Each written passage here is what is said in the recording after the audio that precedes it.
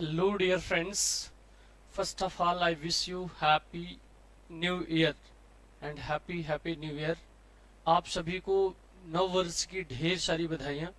और आज मैं नए वर्ष के साथ नई शुरुआत करने जा रहे हैं डियर। ठीक है, तो आप सभी भी हमारे साथ जुड़ जाइए और लिटरेचर को यूं ही पढ़ेंगे कि बिल्कुल आपके दिल में उतर जाएगा डियर, है ना, दिल में छाप बना देंगे। बस आप सभी हमारे साथ जुड़े रहिए।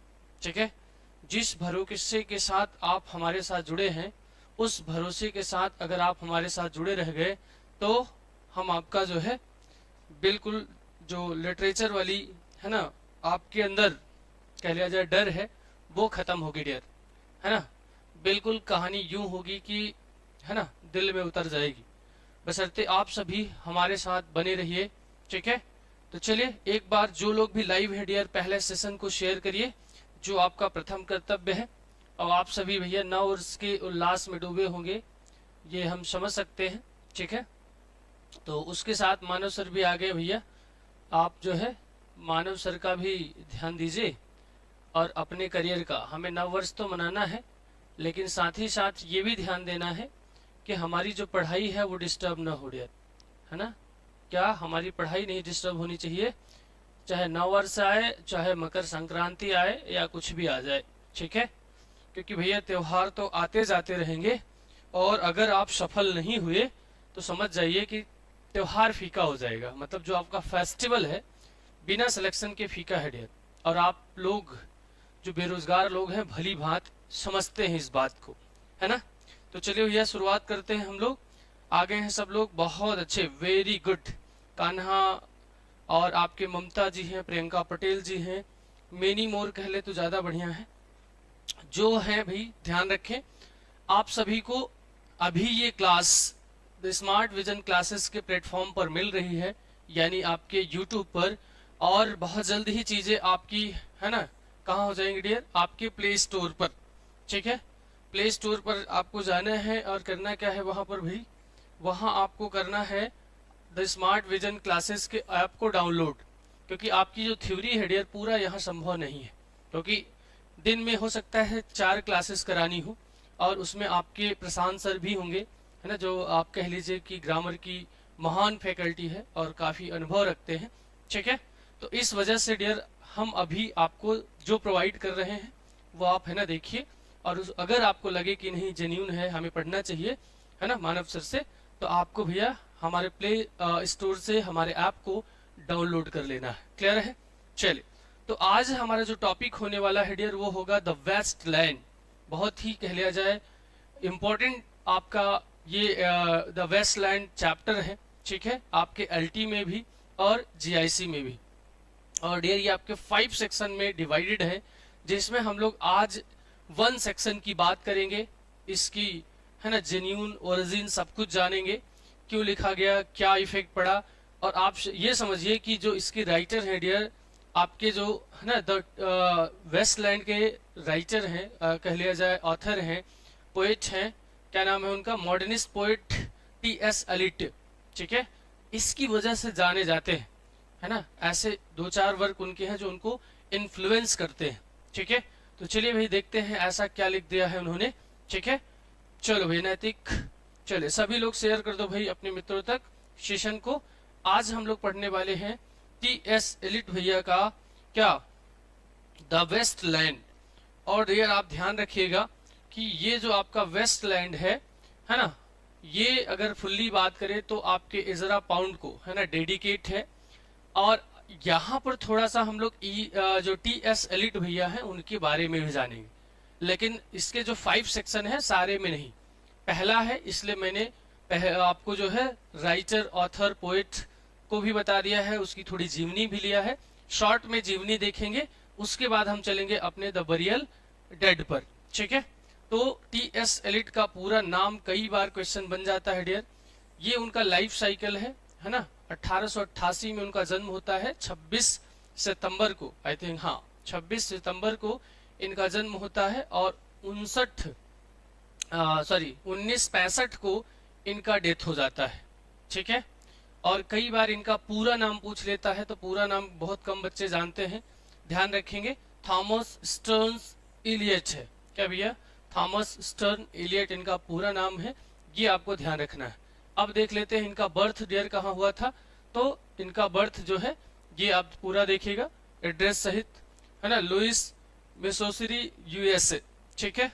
और इनकी मृत्यु होती है कब? 4 जनवरी 1965 को। और कहां पर? लंदन में, ठीक है। लंदन कहाँ भैया? यूके, है ना। एजुकेशन इनका ये रहा हार्वर्ड यूनिवर्सिटी, है ना। और इस कॉलेज में कह लिया जाए आगे निरंतर इनका जीवन कार्य चलता रहा। थोड़ा पेरेंट्स देख लेते हैं। इनके फादर जो है थे कौन? हेनरी वेयर एलियट थे, जो एक बिजनेसमैन थे और president of hydraulic press bricks company, मतलब ठीक ठाक परिवार से आते थे आपके टीएस एलिट भैया, ठीक है। तो यही कारण है कि इनकी 2 शादियां भी होती हैं। मतलब ऐसा नहीं है कि अमीर आदमी ही करते हैं, है ना, कभी कभी गरीब आदमी भी कर लेते हैं, ठीक है। कारण इनका था कि इनकी जो फर्स्ट वाइफ थी उनसे जो है काफी दिन तक चला नहीं था, तो दूसरी शादी हो गई थी। हाँ, मदर इनकी जो थी कैरलोट थी, ठीक है, कैरलोट चैम्प स्टर्न थी, ये आप ध्यान रखेंगे। और यहाँ जो टी एस है ना, एस जो भैया इसमें एस इसी को डिनोट करता है, इनके मदर फादर में ये भी पाया जाता है, ठीक है। चलिए, तो इनकी जो मदर थी एक सोशल वर्कर थी, और बड़ी बात थी कि वो भी थोड़ा बहुत कलम चला लेती थी, मतलब पोइट थी, ठीक है। यहाँ पोइट से ज्यादा अगर पोइटेस कहें डियर तो ज्यादा बेहतर होगा, है कि नहीं। अब आते हैं उनके थोड़ा सा वैवाहिक जीवन पर डियर। तो उनका जो वैवाहिक जीवन था, पहला जो वैवाहिक जीवन कह लिया जाए तो सेपरेट हो जाता है। शादी होती है उनकी 1915 में, मतलब 88 में जन्म लेते हैं, ठीक है। तो कुल मिला के क्या कह सकते हैं, 27 साल, है ना, 27 साल की उम्र में शादी होती है। और जो है सेपरेटेड 1933, ठीक है। 1933 में ये दोनों अलग हो जाते हैं, ठीक है। और उनकी मृत्यु भी हो जाती है कब? 47 में, है ना, कुछ ही सालों बाद। और इन्हीं का अफेयर जो है आपके, है ना, बर्ट्रैंड रसेल, है ना, ऐसा ही नहीं छोड़ा था, मतलब मजबूरियां आ जाती हैं। बर्ट्रैंड रसेल पढ़ा होगा आप लोग, बड़े इंपॉर्टेंट पोएट, आप जीआईसी और इसमें भी पढ़ेंगे उनको। 4 शादियां किया था, सोचिए, है ना, उसके बाद भी। चलिए आते हैं, ये थोड़ा सा जो निगेटिव पॉइंट है वो भी देखते चलेंगे कि जीवन में भैया क्या क्या सीखना होता है, क्योंकि केवल और केवल हमारा तात्पर्य नहीं है पढ़ के नौकरी लेना, है ना, इससे कुछ सीखना भी है, ठीक है, नैतिक। चलो भैया, तो पहला इनका जो है देखिए, बहुत परेशान होते हैं। और देखिए, आदमी जिस चीज से परेशान होता है ना, अगर वो कलम चलाता है ना, तो कलम के माध्यम से उसे उकेरने का प्रयास करता है ना। क्या मतलब, जिसके पैर न फूटी बेवाइयां वो क्या जाने पीर पराइयां, है ना। तो जिसके भैया फूटी रहेगी वही तो लिखेगा ना। ज्यादातर कवि जो अपनी कलम से दर्द लिखते हैं तो उनके जीवन में दर्द भरा होता है, और वही दर्द को क्या करते हैं, कलम के माध्यम से उकेर देते हैं। और जब कलम के माध्यम से उकेर देते हैं तो वो हम लोगों के लिए समस्या बन जाता है, ठीक है। तो इंस्पायर्ड थे काफी। ये जो कह लिया जाए जो ट्रबल्ड मैरिज है उसका भी इस पर असर पड़ता है। एग्जैक्टली याद रखेंगे, हो सकता है कहीं ऑप्शन में बना दे, तो आप लोग ध्यान रखिएगा इस बात को। चलिए आते हैं, दूसरी इनकी वाइफ है भैया फेल्चर। तो इनसे शादी होती है कब? 1957 में, ठीक है। और इनका जो वैवाहिक जीवन है काफी खुशहाल रहता है ना, टिल डेथ उनके साथ रहते हैं, ठीक है। और हिज डेथ इन 1965, यस। अब होने का भाई मतलब, अब दूसरी थी और बहुत ज्यादा उनका देखभाल करती थी, तो भाई वैवाहिक जीवन खुश रहना ही रहना, उसमें कोई दो राय नहीं। पहली वाली कुछ है ना गड़बड़ था। चलिए, Eliot's secretary at Faber and Faber, ठीक है। तो इलियट की एक सेक्रेटरी थी जिसका नाम भैया फेवर एंड फेवर था, ठीक है, ये भी प्रभाव डालती है। हैप्पी, अच्छा ये सॉरी, यहाँ पर जो फेवर एंड फेवर थी वही उनकी सेकंड वाइफ थी, मतलब जो उनकी सेक्रेटरी थी उन्हीं से उन्होंने शादी किया था। तो हैप्पी मैरिज उनका होता है, क्यों, अभी मैंने आपको क्लियर कर दिया, ये लाइन पढ़ के थोड़ा समझ लीजिएगा, ठीक है। तो उनका एज भी कम था, और है ना भाई, उन्हें मतलब कह लिया जाए कि पसंद थी, तो जो पसंद है वो साथ हो तो भाई हैप्पी मैरिज कर जाता है। और है ना, जबरदस्ती जीना हो तो फिर वही होता है, दुख वाला जीवन कटता है। ठीक है। नोट आपको ध्यान रखना भैया, इनकी जो नेशनलिटी थी, अमेरिकन बॉर्न थे, लेकिन जो है ये अमेरिकन बॉर्न थे, बन जाते हैं क्या, ब्रिटिशर। ठीक है। 1972 में इन्होंने अपनी नागरिकता बदल ली, मतलब कहाँ की ले ली भैया, है ना, ब्रिटिशर बन गए, ब्रिटिश के नागरिक बन गए। ठीक है। तो धर्म वगैरह भी देख लीजिए, पूछा जा सकता है। ठीक है। चलिए आगे बढ़ते हैं हम लोग अवार्ड पर, ये जरूरी है डियर, है ना। देखिए शादी भी कई बार क्या कर एग्जाम पूछ लेता है तो हमें भाई पढ़ना पड़ता है, जबकि पर्सनल लाइफ में जाना नहीं चाहिए। करेंगे क्या, पर्सनल लाइफ से ही रिलेट करके लिखा जाता है, तो मजबूरी में राइटर जो है वहाँ जो एग्जामिनर होता है, पेपर सेटर होता है, वो भी पूछ देता भी कितनी पत्नी थी, कौन पत्नी के साथ कितना संबंध चला था। ठीक है। अवार्ड तो बहुत जरूरी है, उससे भी ज्यादा जरूरी आपका अवार्ड है। तो इनको अवार्ड ऑफ मेरिट जो मिला भैया 1948 में, यूके का highest honour for arts and science, और बड़ी उपलब्धि थी इनकी। ठीक है। तो ये डेट आप याद रखेंगे। ठीक है। 1948 में तो नोबेल प्राइज लिटरेचर में इनको मिलता है ना। ये आप सभी को पता ही है, बस एक बार रिवीजन हो रहा है। क्यों भैया, पता है ना, अभय कान्हा, क्या नाम है, कल्पना, हार्दिक पांड्या भी जी हैं। ठीक है। सारे लोग भैया काम पे लग जाओ। T S Eliot magazines editorial work, तो एडिटोरियल वर्क की बात करें तो उसकी जो क्राइटेरिया है उसको समझ लेते हैं। क्या है भैया क्राइटेरिया इनका, founded and edited by Eliot. Okay. तो 1922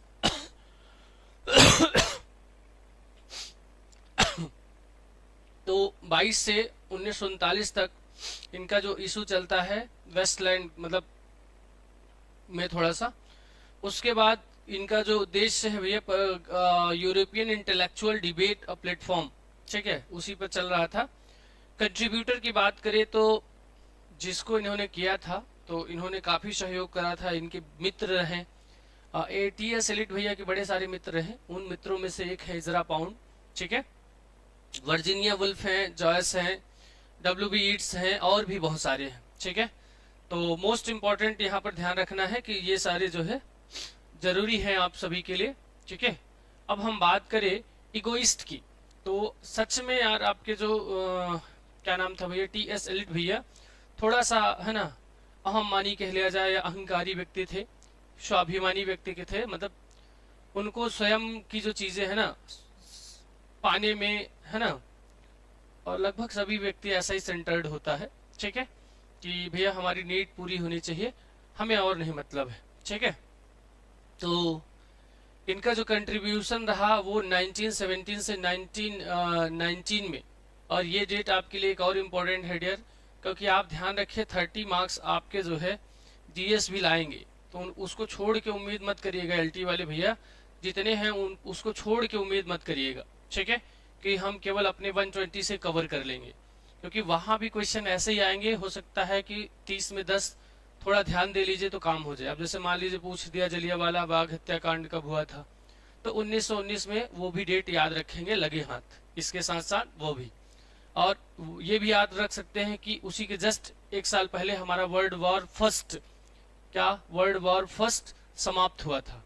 अब आप सोचिए कि वर्ल्ड वॉर भी जरूरी है हमारे लिटरेचर के लिए, क्योंकि बहुत सारे राइटर्स ये खुद उसी से प्रभावित होकर लिखते हैं, है ना। तो बरियल का मतलब समझ रहे हैं ना, बरियल ऑफ द डेड। ठीक है। तो अभी हम चर्चा करेंगे, लाइन बाय लाइन देखेंगे, समझेंगे। ठीक है। तो यहाँ पर जो है ये याद रखेंगे, फर्स्ट वर्ल्ड वॉर कब से कब तक चला था डियर, 1914 से 18 तक। ठीक है। तो उसके बाद का ये कंट्रीब्यूशन है। आगे देखते हैं तो इनका ये भी बड़ा फेमस रहा है dear, proof work and other observation 1917 में। ठीक है। कई बार आपसे पीवाईक्यू बना हुआ है, फिर बन सकता है, बस मामला ये होगा कि है ना थोड़ा सा इधर उधर कर दिया जाएगा। ठीक है। Mainly associated with Ezra Pound, Dora and but crucial for Eliot's career. तो एजरा पाउंड को तो मैंने पहले ही रेडी बता दिया है कि, है ना। अब आते हैं यहाँ पर जो है डायल को देखते हैं। डायल में क्या भैया ये जो एडिट किया गया था इनके द्वारा, मोस्ट इम्पोर्टेंट फॉर यहाँ पर हिम है, ठीक है, ही हाय नहीं है, है ना, हाय निकलती रही मेरे प्यार का क्या था भैया गुनाह। चलो, तो आप सभी बने रहेंगे, शेयर भी करिए भैया, शेयर नहीं कर रहे हैं आप लोग, हैं। और भैया ये ध्यान रखना है कि चैनल को सब्सक्राइब करना। आपको लगता है कि हमें ऐसे वीडियोस मिलने चाहिए, हमारा जो है पूरा इसमें बहुत सारी, हम केवल आपको द वेस्टलैंड नहीं पढ़ा रहे हैं, साथ ही साथ बहुत कुछ आपको, है ना, रिवाइज करा रहे हैं, ठीक है। Publish the Waste Land and in November 1922 American debut, ठीक है। तो वेस्टलैंड आपका पब्लिश होता है, आप सभी को पता है, 1922 में, ठीक है। और जो है ये जो है रिवाइज होता है कहाँ, डायल अवार्ड, है ना, जिसकी प्राइस $2000 थी उस समय भैया। $2000 बहुत अपने आप में मायने रखता है, ठीक है। आज ही आप अगर कंसीडर करो तो बहुत बड़ा अमाउंट हो जाएगा, और लगभग पूरे भारतीय डॉलर कमाने में लगे हैं। बस उनको लगता है कि यूट्यूब पर 4 वीडियो डाल देंगे, डॉलर आने लगेगा। भैया यहाँ यूट्यूब पर सिर्फ और सिर्फ एक ध्यान रखा जा रहा है कि हमारे बच्चों का जो है नुकसान न हो, पढ़ा दिया जाए। बाकी जो जितने यूट्यूबर बने हैं हमारे बच्चे जो अपना करियर बर्बाद कर रहे हैं, वो इस बात को ध्यान रखेंगे और 1 साल 6 महीने बाद उन्हें समझ भी आ जाता है। तो ये थोड़ा सा आप लोग सदा, या तो फिर लगिए तो पूरा लग ही जाइए, है ना, फिर आप डेवलप कर सकते हैं। चलिए भाई आगे बढ़ते हैं हम लोग। डॉलर से मैंने थोड़ी चर्चा कर लिया क्योंकि सबको खुजली हुई डॉलर कमाने की, ठीक है। तो फेवर एंड फेवर जो है भैया, पब्लिशर नॉट मैगजीन। अब भाई जब उनकी पत्नी ही है फेवर एंड फेवर, जो कभी उनकी सेक्रेटरी हुआ करती थी, तो ये एक पब्लिशर है, ठीक है, मतलब उन्होंने उन्हीं के नाम से पब्लिशर बना दिया होगा। Eliot join as editor in 1925। कब ज्वाइन किया भैया? 1925 में। जितनी डेट्स आपको मैं बता रहा हूँ उस पर आप सभी ध्यान लगाए रखेंगे भैया, ठीक है। और कुछ तो आप लोग जानते होंगे और बड़ी अच्छी बात है कि आप लोग जानते हैं, ठीक है। चलिए अब उनके मेजर वर्क्स देख लेते हैं। अभी हम लोग टीएस एलिट पर भी हैं, टीएस एलिट पर ही हैं, है ना। किस पर हैं समझ आ रहा है? ठीक है, बहुत बढ़िया, ठीक है। The love song of J Alfred Prufrock 1915, ठीक है। तो ये डेट भी आपको याद रखना है। ये आपका जो है लैंडमार्क साबित होता है डियर। आपका जो जे अल्फ्रेड प्रूफॉर्क है, ये आपके जो है मॉडर्निस्ट पोइट जो है इनका लैंडमार्क सिद्ध होता है, ये ध्यान रखेंगे। वेस्टलैंड तो था ही भैया, वेस्टलैंड, प्रूफॉर्क, हॉलोमैन और एस वेंसडे, 4 क्वाड जो इसके लिए जाने जाते हैं आपके टीएस एलिट भैया, ठीक है। और आप सभी जानते ही हैं जो आपका वेस्टलैंड है भैया, इनका मास्टरपीस रहा है, फ्रेगमेंटेड, है ना, एल्यूजन में, ठीक है। हॉलोमैन आप सभी जानते हैं जिसकी स्टार्टिंग लाइन क्या है, वी आर द हॉलोमैन, है ना, आप सभी को याद है लेकिन थोड़ा रिकॉल करा देते हैं। द वेस्टलैंड की क्या है, April is the cruellest month. मैंने प्रैक्टिस सेशन में एकदम चिल्ला चिल्ला कर बताया भैया इसका ये मतलब है, ये जरूरी है, ओपनिंग लाइन पूछा जाता है, ठीक है। एस वेंसडे, अब इनकी डेट से याद रखना भैया, ये डेट बहुत जरूरी है। हॉलोमैन कब आया था? 25 में। एस वेंसडे 30 में आया था। 4 क्वाड जो 43 में आया था। 19 तो भैया इनका जो याद कर लेगा डेट ऑफ बर्थ तो याद रहेगा, कंफ्यूजन नहीं होगी। कई बार हम लोग ऐसे ऑप्शन लगा के आते हैं, पता चला राइटर पैदा हुआ था 1920 में और उसका कोई वर्क पूछा, हम लगा के आते हैं 1888 में। पैदा हुआ 20 में, उसके वर्क में लगा के आते हैं। मतलब ये क्या सिद्ध करता है कि आप लिटरेचर से बिल्कुल, है ना, जो रियल में स्टूडेंट्स हैं वो आस ही पास में थोड़ी बहुत गलती करते हैं, बहुत दूर जाके नहीं। मतलब वो 1-2 ऑप्शन में ऐसा होता नहीं कि ऐसा ऑप्शन रख देता है कि, है ना, सीधे आप बाहर बाहर कर दो, उसको बाहर का रास्ता दिखा दो। लेकिन जो तुक्का लगा रहा भैया लगा दो जहां लग जाए, हाँ। चलो, और अभी हमारे जो रेगुलर छात्र हैं कह लिया जाए, जैसे हम जिसका इंतजार करते रहते हैं, वो और नहीं है, सब नए साल मना रहे हैं। कोई बात नहीं, बाद में वीडियो अपलोड होगा, देख लीजिएगा। और जितने भैया बहन लोग अब ऐप से जुड़ गए हैं वहां पर आपको डियर इसका पीडीएफ भी मिल जाएगा, ठीक है। इसका पीडीएफ भी वहां मिल जाएगा और आप यहाँ पर देख ही रहे हैं तो आप दोनों, है ना, कवर कर पाएंगे पीडीएफ के साथ। उसे आप एक्सपोर्ट कर सकते हैं, पढ़ सकते हैं, ठीक है। चलिए आगे बढ़ते हैं हम लोग। यहाँ पर देखते हैं ड्रामा को, तो आपका जो ड्रामा है यहाँ पर, ये हम जो बात किया था ये मेजर वर्क्स किसकी थी, पोइट्री की। अब इनके कुछ ड्रामा है टी.एस. एलियट भैया के, उन ड्रामा को देख लेते हैं, है ना। ड्रामा इन 20th सेंचुरी, तो काफी फेमस रहा डियर इनका कैथेड्रल, ठीक है, जो है ना इनके मित्र बैकेट्स की हत्या पर बेस्ड है, ठीक है। तो इन्हीं की बैकेट्स की हत्या पर जो है इसको बेस करा के लिखा उन्होंने। और एक फैमिली रीयूनियन है जो उनका आया था, ये डेट याद रखेंगे डियर, 1935 में आई थी और ये 39 में, और बिल्कुल मैंने पूरा सीक्वेंस से तैयार किया है ना, सीक्वेंस से। और आपका है कॉकटेल रीयूनियन जो आया डियर 1949 में, ठीक है। और इसको जो है टॉनी अवार्ड भी मिलता है, क्या मिलता है दोस्त, इसको टॉनी अवार्ड भी दिया जाता है। क्लियर है, आगे चला जाए। एवरीथिंग इज ओके डियर, सभी लोग बताओ कब तक कंप्लीट होगा। बहुत जल्दी कंप्लीट करा दिया जाएगा डियर, है ना। लेकिन हाँ ये है कि अभी जो क्लास अगर देखने की बात करें तो आपका जो जीआईसी और उस पर ज्यादा आपको फोकस करना है। आपका जो है ये जो एग्जाम है एलटी का डियर, तो एलटी का जो इंग्लिश का पेपर है आप सभी को पता ही है एट जन को है, तो तब तक जो कवर हो जाए आप रिवाइज कर सकते हो। और आप सभी को बता दें कि बहुत जल्दी ही आपको भर्ती एलटी जीआईसी नहीं तो आपका जो क्या कहते हैं इसको, अब ये मत सोचिएगा कि मेरा मैटर नहीं, यूपी टीजीटी पीजीटी की भले है ना वो वाली नहीं हुई, आगे आने वाली है। और हो सकता है कि ये आपका कुछ ही दिनों में ये जीआईसी एलटी खत्म तो होने दो, तो देखना डेट इसी बीच में फंसा देगा, जैसे अभी चल रहा था धड़ाधड़, है ना, एमआरएस एनवीएस केवीएस। तो अब आप लोग है ना लगे रहिए, केवीएस वाले भैया वो भी हो सकते हैं, ठीक है। तो आते हैं हम लोग इनके, इन्होंने हेमलेट वाला जो फेलियर बताया था, है ना, तो ये इनका जो एस्से है ध्यान रखिए काफी चर्चा में रहा, क्योंकि इन्होंने शेक्सपियर के हेमलेट को फेलियर बताया। तो हेमलेट एंड हिज प्रॉब्लम्स इनका आया डियर 1919 में, ठीक है। और ये इसलिए भी इम्पोर्टेंट हो जाता है क्योंकि यही वो इससे है डियर जहां पर इन्होंने क्या सब्जेक्टिव कोरिलेटिव जैसा जो टर्म है इंट्रोड्यूस कराया था, ठीक है। सब्जेक्टिव कोरिलेटिव जैसे वर्ड्स को दिया था जो अक्सर आपके एग्जाम में बनता है क्वेश्चन। क्लियर है, आगे चले भैया। चलिए इनका जो मेटाफिजिकल पोइट्स है ना, ये मेटाफिजिकल पोइट्स 1921, ठीक है। तो मेटाफिजिकल में इन्होंने क्वाइन किया भैया क्या, डिसोसिएशन ऑफ सेंसिबिलिटी। ये भी कई बार क्वेश्चन बना है, कई बार पूछ लेता सीधे who coined dissociation of sensibility, ठीक है। और इनका भैया सैक्रेड वुड जो 1920 में आया हुआ था, वो भी काफी कह लिया जाए प्रभावशाली ऐसे रहा, काफी इन्फ्लुएंशियल ऐसे रहा। क्लियर है, आगे चले भाई। चलिए ठीक है भैया, आगे बढ़ते हैं क्वेश्चन नंबर, है ना, मतलब अभी तक जो हमने बताया है उसी से क्वेश्चन ले लेते हैं। फिलहाल अगर है ना देखा जाए तो बहुत जरूरी नहीं है, आप लोग बताइए थोड़ा सा, है ना, क्या हो जाएगा, मतलब मैंने कराया है इसलिए आप लोग जो है कर सकते हैं, है ना। तो Eliot introduce the term correlative, अभी अभी तो बता के आ रहे हैं डियर, है ना, मेटाफिजिकल पोइट्स हुए।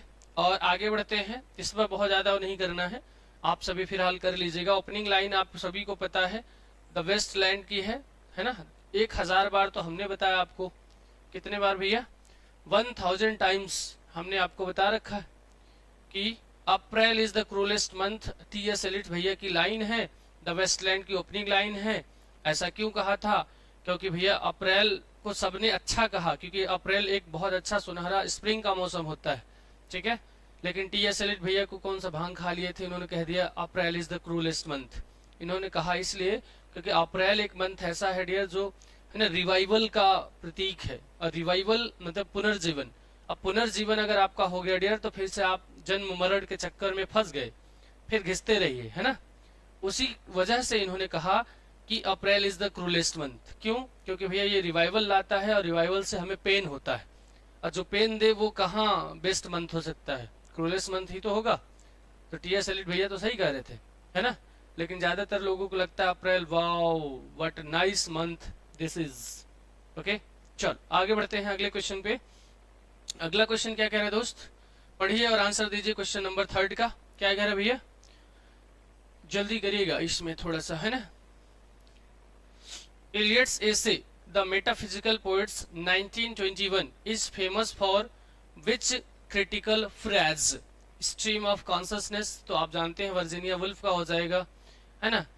मतलब फेमस है, यूजर है, लेकिन अगर बात करें तो विलियम जेम्स ने इसे क्वाइन करा था। इस टर्म को किसने क्वाइन किया था? विलियम जेम्स ने। और जेम्स जॉयस भी इसके मतलब यूजर है ना, यूज करता है। जो कह लिया जाए अपने यूलिसिस में, उनकी एक यूलिसिस आई थी डियर, ने याद रखेंगे, तो आई थिंक 22 में ही आई थी, 1922 में, है ना। तो यहाँ पर जो सेंसिबिलिटी है, अभी हमने बात किया था, कौन भैया? डिसोसिएशन ऑफ सेंसिबिलिटी, है ना। ये आपका क्वेश्चन का राइट आंसर हो जाएगा। नेगेटिव कैप्टिबिलिटी अभी बताया, जल्दी से आप लोग बताओ कहाँ इसको उन्होंने क्वाइन किया था, नेगेटिव कैप्टिबिलिटी में, ठीक है।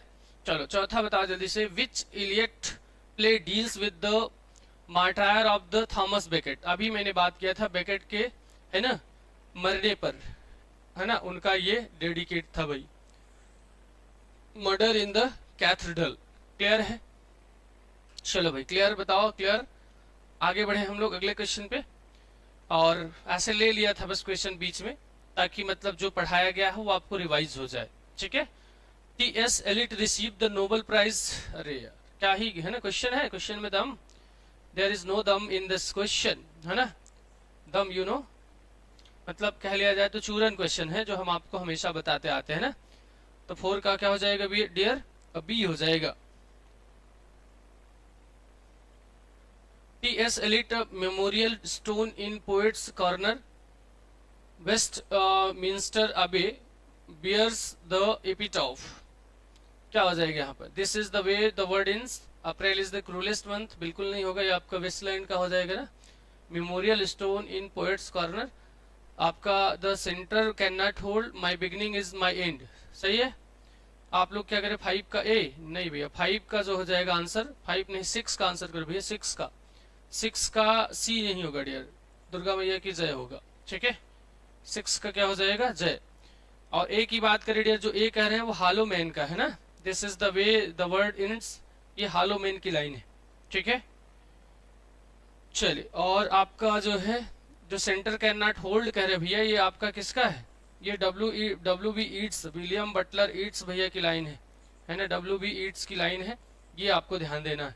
April is the cruellest month, आपके अभी जिसको हम लोग पढ़ रहे हैं उसी का है ना। अप्रैल इज द क्रूलेस्ट मंथ, अभी इसी की चर्चा भी किया था शायद, है ना। चलिए अब देखते हैं हम लोग वेस्टलैंड में जो है टी.एस. एलिट का, ये थोड़ा सा है ना, आप लोग पढ़ लीजिएगा कि पढ़ दे, ठीक है। और शायद मैंने इसमें से ज्यादातर चीजें बता दिया है, ठीक है, अभी तक ओरली हो गया है। अब हम लोग बैठते भैया आगे, ठीक है। मॉडर्निस्ट लॉन्ग पोएम रहा ही है, बड़ी लंबी लेंथ थी आपकी वेस्टलैंड की।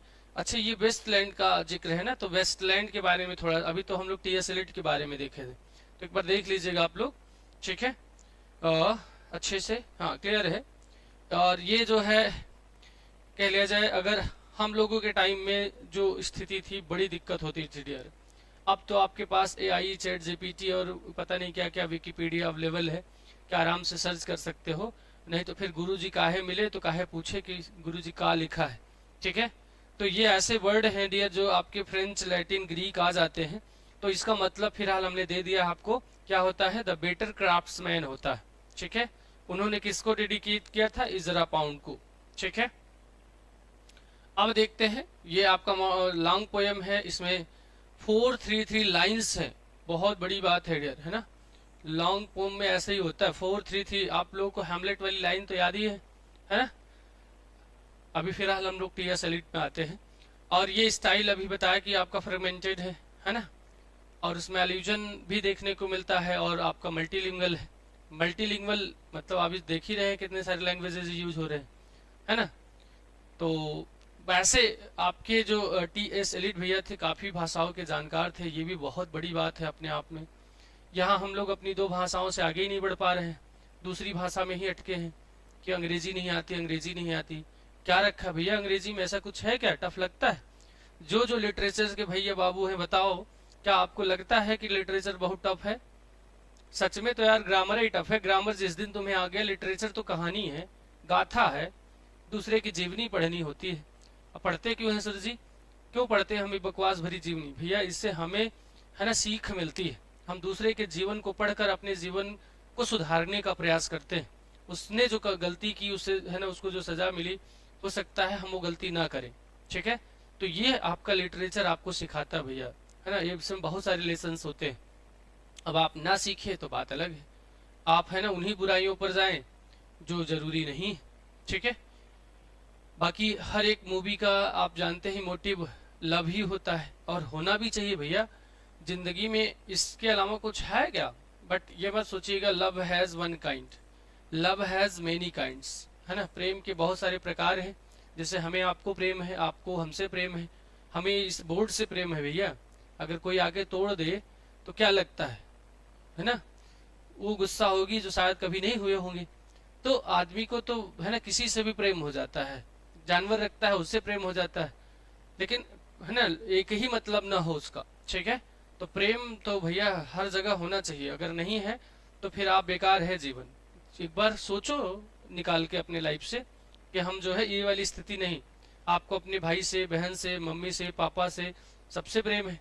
ठीक है, ये प्रेम ही है जो हमें बांधे रखता है, एक दूसरे से जुड़े रहते हैं। नहीं पता चला है, लोग जिंदगी में इतना कष्ट है कि आदमी पहले ही त्याग दे, लेकिन ये प्रेम ही एक वस्तु है, एक चीज है जिसकी वजह से हम एक दूसरे से कनेक्टेड रहते हैं, और है ना मरना भी चाहते हैं, मरना भी नहीं चाहते।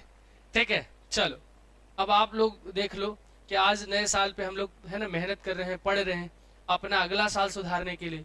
तो भैया ये वो साल है जब आपको ये तय कर लेना है कि इस बार है ना सरकारी तगमा लग जाए, और इस बार नहीं लगा, खासकर मैं टीजीटी पीजीटी की बात कर रहा हूँ, किसी भी स्टेट्स का बंदा हो, है ना, और स्पेशली यूपी की बात करेंगे कि अगर इस बार आपने नहीं लिया तो फिर भैया इंतजार करते रहना। क्योंकि है ना सरकार हो चाहे जिसकी सरकार हो, कोई भी है ना युवाओं पर बात नहीं करना चाहती और कहती है हम युवाओं की सरकार है ना। अभी कोई हाल में आया था डाटा कि अब तक जो है युवाओं को लेकर असेंबली में 6 बार है ना चर्चा हुई है, और 6 बार में मतलब 6 के 6 जो है अपोजिट पार्टी ने उठाई है। तो जो सरकार में है वो तो उस पर ध्यान ही नहीं दे रहे, तो अपोजिट चिल्लाते रहो भैया, है ना। चलो तो भैया इस बार है ना सरकारी नौकरी, इस बार जो है इस बार सिलेक्शन पार, ये हमारा नारा पहले से है, शुरू से अंत तक। जब तक आप सिलेक्शन दे नहीं दोगे और इस टीएसबी प्लेटफॉर्म पर खड़े होकर कह नहीं दोगे कि जो है मैं सफल हो गया, और थोड़ा सा कहीं किसी कोने में कह देना कि हाँ मानव सर की भी थोड़ी सी सहयोग रही। ठीक है, चलो भैया अब आगे बढ़ते हैं। मेजर थीम देख लो इनकी। तो मेजर थीम क्या है भैया? Spiritual barrenness of modern civilisation after WWI। मैं वहां पर बता रहा था, तो आपको पहले ही बताया था कि इसका बड़ा प्रभाव पड़ा है ना। WWI का मतलब है वर्ल्ड वॉर फर्स्ट। ठीक है, आई मतलब वहां फर्स्ट है। ठीक है, और वहां पर डबल आई हो जाए तो समझ जाना सेकंड है। और जल्दी से आप लोग कमेंट बॉक्स में बताओ भैया कि आपका जो है सर वनली क्या कह रहे दोस्त?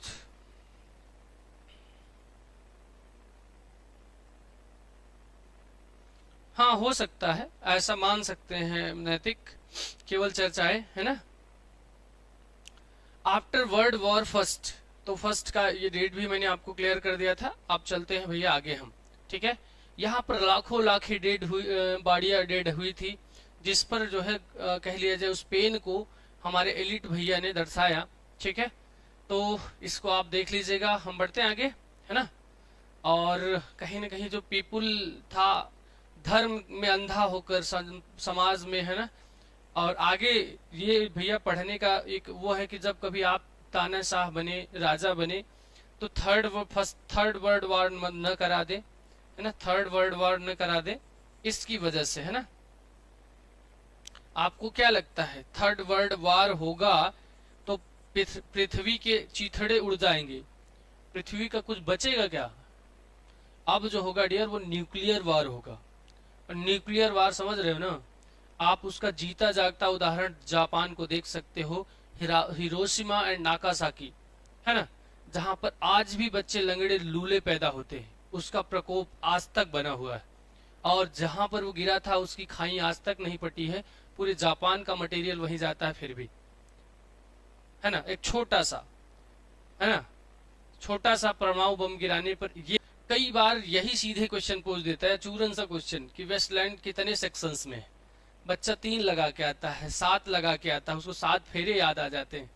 देखो ये अगर सच में बात करें ना तो हम लोगों का जो मेंटलिटी है, पता नहीं क्यों, अगर कोई कहता है आप अपने मन में नंबर सोचो तो हम 5 7 ऐसे करके सोचते हैं। अब जो भी हो, क्या है, ऐसा हो सकता है टीएस एलिट के भी मन में भी आया हो। इसी पर जो वो जादू वादू वाले काम करते हैं ना, इसी पर वो लोग भी काम करते हैं। ठीक है, नाकासाकी, बिल्कुल डियर। ठीक है, तो आपका जो बरियल ऑफ द डेड है ना, इसी की हम लोग चर्चा करेंगे आज, किसकी, बरियल ऑफ द डेड की। और ये है ना चारों, ऐसा नहीं कि नहीं पढ़ाएंगे, है ना, सेशन बहुत बड़ा हो जाएगा डियर, तो हम इन चारों को लाइन बाय लाइन देखेंगे। लेकिन अगले सेशन में हम देखेंगे क्या, अगले सेशन में हमारा केवल ये है ना पार्ट ही होगा। तो इतना है ना, जैसे अभी हमने आज टीएस एलिट की थोड़ी डिटेल ले ली, फर्स्ट क्लास थे और हमारे इम्पोर्टेंट पोएट है ना, मॉडर्निस्ट इम्पोर्टेंट पोएट है, राइटर है, ऑथर है ना, एसेइस्ट है, तो इसलिए हमें थोड़ा सा चर्चा करना पड़ा। ठीक है, इसके बाद हम लोग जो पढ़ेंगे डियर, आपको लाइन बाय लाइन क्लियर कराने वाले। ठीक है, क्या कराने वाले हैं, लाइन बाय लाइन। तो हम लोग थोड़ा सा देख लेते हैं और टीएस एलिट भैया के बारे में, है ना, टीएस एलिट क्या मतलब आपके द वेस्टलैंड के बारे में। और उसके बाद जो है हम चलेंगे अपने जो है किस पर, games of chess, the fire of sermon, death by water और व्हाट द थंडर सेड। कई बार पहला और अंतिम वाला पूछ लिया जाता है, इसको भैया आप लोग ध्यान रखिएगा। और अंतिम क्या, कोई सा भी क्वेश्चन है पूछ देगा, चौथा वाला पार्ट कौन सा था, तीसरा वाला पार्ट कौन सा था, दूसरा वाला कौन सा था, तो सारा वाला याद कर लो भाई ना, सारा वाला याद कर लोगे ना, क्लियर है। चलिए, तो जितना ज्यादा से ज्यादा हम लोग कवर किए रहेंगे उतना बढ़िया है। ठीक है, क्यों बढ़िया है भैया, क्योंकि अगर आप ज्यादा से ज्यादा कवर किए रहोगे तो आप अगले वाले में थोड़ा सा कम है ना मेहनत करनी पड़ेगी। तो द वेस्टलैंड में आपके जो टीएस एलिट है, इसको ध्यान रखिए, इसको है ना थोड़ा सा पढ़ लीजिएगा। और अब तो भैया जो भी इनरोल हैं आपके ऐप पर, उनको आपको इसकी पीडीएफ मिल जाएगी। ठीक है, और ये कुछ आपके शब्द हैं, जैसे मान लिया जाए कि यहाँ पर शब्द आया है ना, the epigraph of Waste Land is taken from Petronius, है ना, तो ये आपसे पूछा जा सकता है कहाँ से लिया गया है वेस्टलैंड का शब्द। ठीक है, तो ये आपको ध्यान रखना है। ठीक है, तो ये चीजें आपको क्लियर रखना है, बाकी हम चलते हैं आगे, बहुत विशेष नहीं है इसमें। ठीक है, और इस वर्ड की अभी हमने शायद कहीं चर्चा कर लिया था कि इन्होंने एजरा पाउंड को कहा था एक बेहतर क्रॉप्समैन। ठीक है, और ये आपका ग्रीक या Latin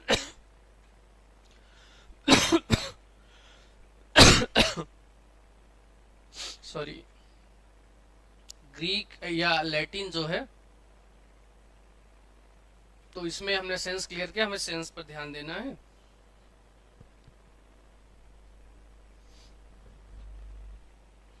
the burial of the dead. ठीक है, तो अप्रैल क्रूलेस मंथ मतलब बरियल ऑफ डेड में जो इंपॉर्टेंट लाइन है उसको करा देते हैं डियर, बाकी लाइन बाय लाइन हम लोग है ना एटलीस्ट 2 लेक्चर में कवर कर लेंगे। ठीक है, अगले लेक्चर में हम पूरा जो छूटा है वो कवर कर देंगे। April is the cruellest month, bleeding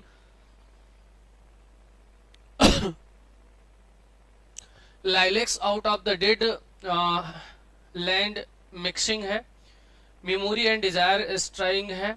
ठीक है, और dull roots with spring rain है। ये कुछ उसके की वर्ड्स हैं, ये हमें है ना की लाइन को ध्यान रखना है।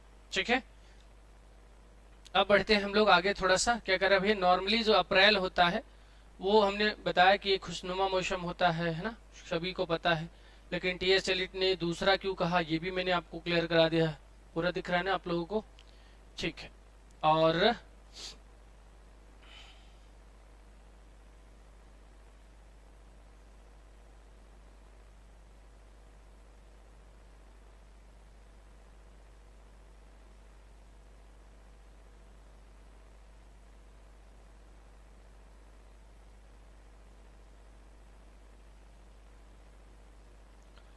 जॉफरी चौसर क्यों आ गए भैया, जॉफरी चौसर को लाने की क्या जरूरत थी सर, कि जॉफरी चासर आपके फादर ऑफ इंग्लिश पोएट्री रहे हैं, लेकिन यहाँ क्या लिंकअप बन रहा है ना, इनका जो कैंटरबरी टेल्स है डियर, ठीक है, one then April with his source root, मतलब इन लोगों ने जो अप्रैल को दिया है ना नाम, वो ध्यान रखना है। When April with its sweet showers, मतलब जो आपके चौसर भैया है अप्रैल को क्या कहा, मतलब बेहतर कहा, जबकि टी.एस. एलिट भैया कुछ और कह रहे हैं, है ना। तो यहाँ चौसर क्या कह रहे हैं, जॉय है ना, स्पिरिचुअलिटी और फ्रेटर्निटी की बात कर रहे हैं। इलियट इन्वर्टेड इट्स अप्रैल, अब देखिए यहाँ पर कंपेयर इसलिए करें क्योंकि पूछा जा सकता है कि कैंटरबरी या किसमें चौसर ने, ऐसा प्रश्न हो सकता है किसमें चौसर ने अप्रैल को ये चीज कहा है, मतलब जॉयस स्पिरिचुअल, है ना। तो आप हो सकता है न ध्यान दे तो आप गलत कर सकते हैं, तो इसलिए हमने इसको भी यहाँ पर इनबिल्ट कर दिया है, ठीक है। हाँ हर्ष जी, ठीक है, चले आगे बढ़ते हैं हम लोग अगले, है ना। तो ये लाइनें हैं, कुछ आपको ध्यान रखना। विंटर केप्ट अस वार्म, है ना, विंटर हमें क्या रखता है भैया, वार्म रखता है। कवरिंग अर्थ इन फॉरगेटफुल स्नो, और पूरी, है ना, पृथ्वी को क्या करता है, कवर करता है, किसमें, फॉरगेटफुल स्नो से, ठीक है। Feeding a little life with dried tubers, तो बहुत ही कह लिया जाए तो बेहतरीन यहाँ पर डिपिक्शन रहा आपके।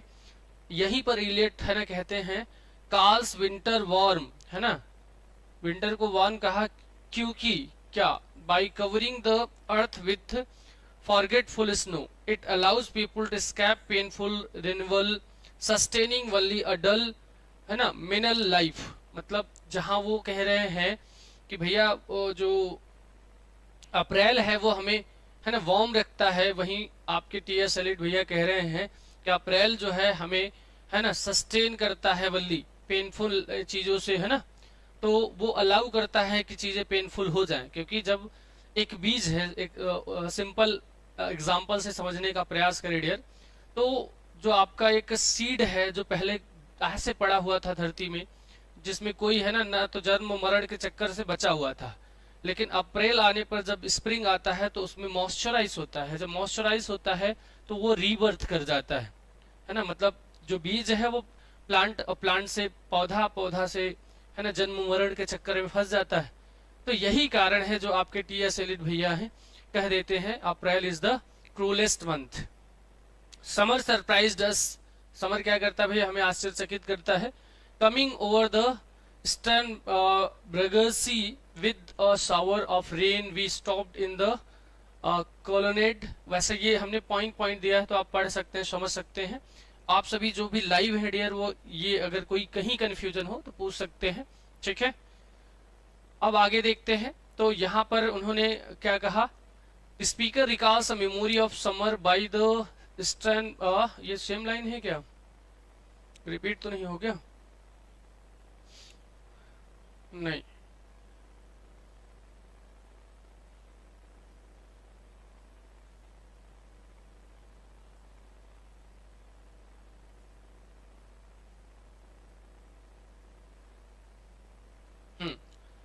A sudden rain shower drove them under a colonnade for shelter, and then waked in sunlight into the Hofgarten, where they involved coffee and conversation for an hour. It recalls the memory of pre-World War First Europe, when life was peaceful, leisurely, and cultured. People could not enjoy sunshine, gardens, and coffee house conversation. ठीक है, तो मतलब कह रहे हैं कि लोग enjoy करते हैं इन चीजों में, है ना, कर सकते हैं, लेकिन, है ना, जैसे ही आ जाता है ये तो नहीं कर पाते हैं। इसको भी आप लोग देख लीजिएगा, ठीक है, लाइन बाय लाइन, ठीक है, आप लोग पढ़ लीजिए, क्योंकि थोड़ा सा, है ना, कफ प्रॉब्लम क्रिएट कर रहा है डियर, है ना। हाँ नैतिक कह सकते हैं फेवरेट है, लेकिन टी.एस. एलिट भैया थोड़ा सा, है ना, इतर जाते हैं उससे।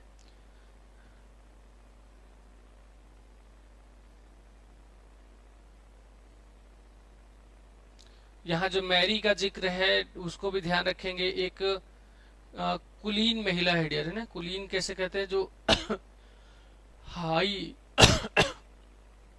आपके, है ना, मतलब जो रिच फैमिली होती है उसमें बिलोंग करने वाली महिला पुरुष, उसको हम लोग एरिस्टोक्रेटिक वुमेन या मैन कहते हैं। ठीक है, तो लिंक करते हैं यहाँ पर। ठीक है, क्या नाम था उसका, मैरी। ठीक है, तो वो रिकॉल करती है उसके पास्ट को।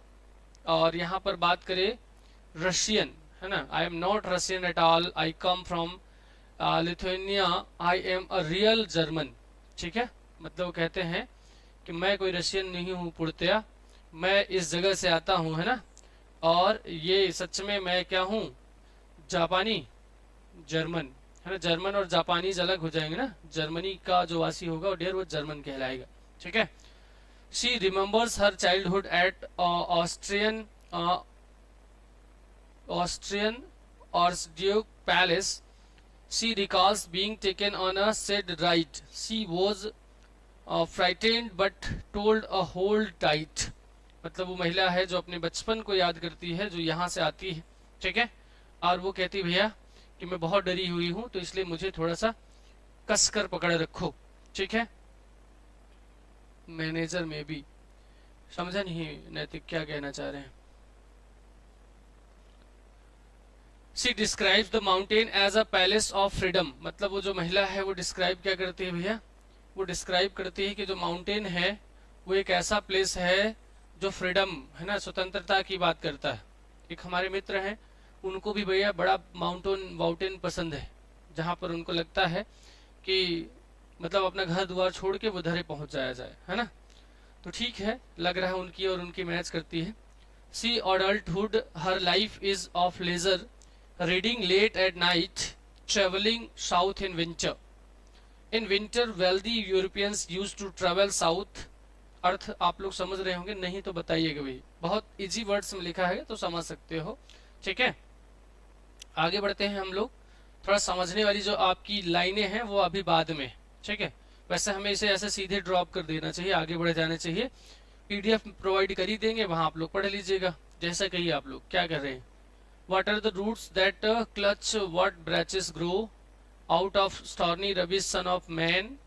You can't say or guess, for you know only a heap of broken images where the sun beats and the dead trees gives no shelter, the cricket no relief, and dry soon no sound of water। ठीक है,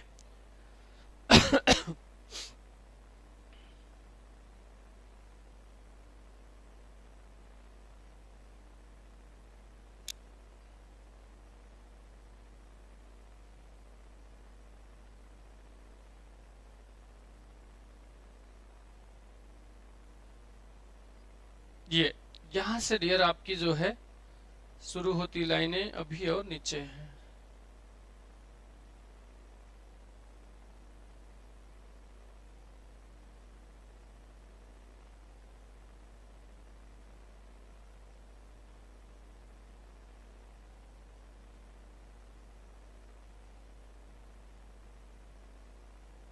देखिए pome आपकी यहाँ से शुरू होती है dear, है ना, जो अभी काफी है।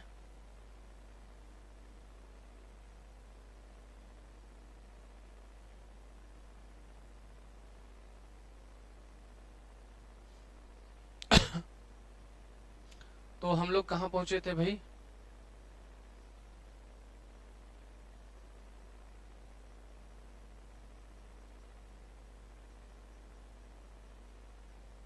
यहाँ पर।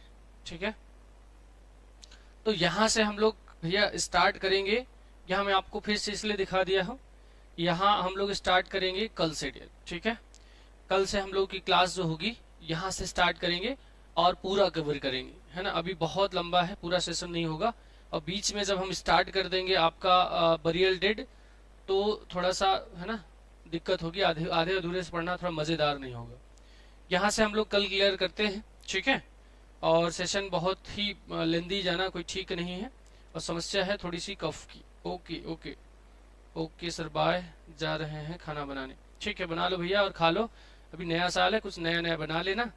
ठीक है, चले तो आज की जो क्लास है डियर यहीं पर समाप्त होगी, और बिल्कुल है ना इसी तरीके से आपको कीवर्ड्स दिए जाएंगे।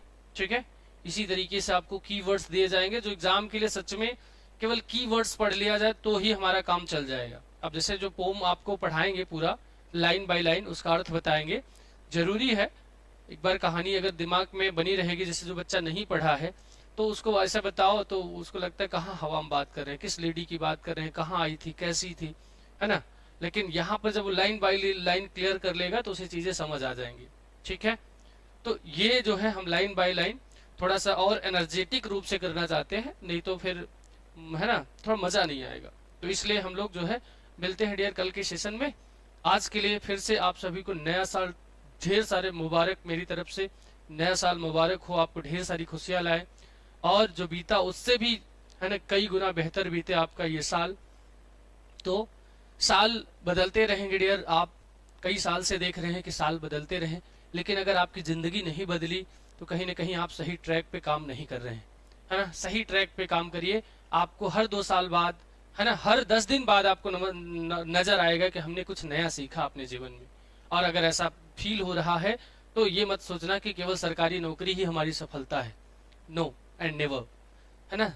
पूछना जो सरकारी नौकरी में है, अब आपको लगता है कि यार कि पा गया है ना इसलिए बक रहा है ना, तो किसी से भी, पुलिस वाले से या टीचर से क्या है बीत रही, बस इतना उम्मीद करना। अगर मान लो तुम गॉड को मानते हो तो उनसे बस इतना करना, भैया मुझे बड़ा आदमी बना दो, सम्मानित व्यक्ति बना दो बस, है ना। ऐसा नहीं कि नौकरी पाओगे तभी सम्मानित व्यक्ति बन सकते हो, है ना। सम्मान नौकरी की है ना जागीर नहीं है ना। आप मेहनत करोगे तो आप एक दिन सफल ना होके भी सफल कहलाओगे। ठीक है, सही डायरेक्शन में मेहनत करना दोस्त बस, और जिसमें लगना अपना 100% लगा देना। यही मेरे जो है आप सभी से अनुरोध है, सलाह है इस नए साल पर, है ना। बाकी हम तो है ना हमेशा देते रहते हैं, कुछ आप लोग अपनी भी सलाह दीजिएगा। ठीक है, चलिए, तो thanks a lot to be here with Manav sir. We will meet again on the same platform again and again. ठीक है, बार बार मिलते रहेंगे। चले भाई, नैतिक, कान्हा, मान्या, सभी को ढेर सारी शुभकामनाएं डियर।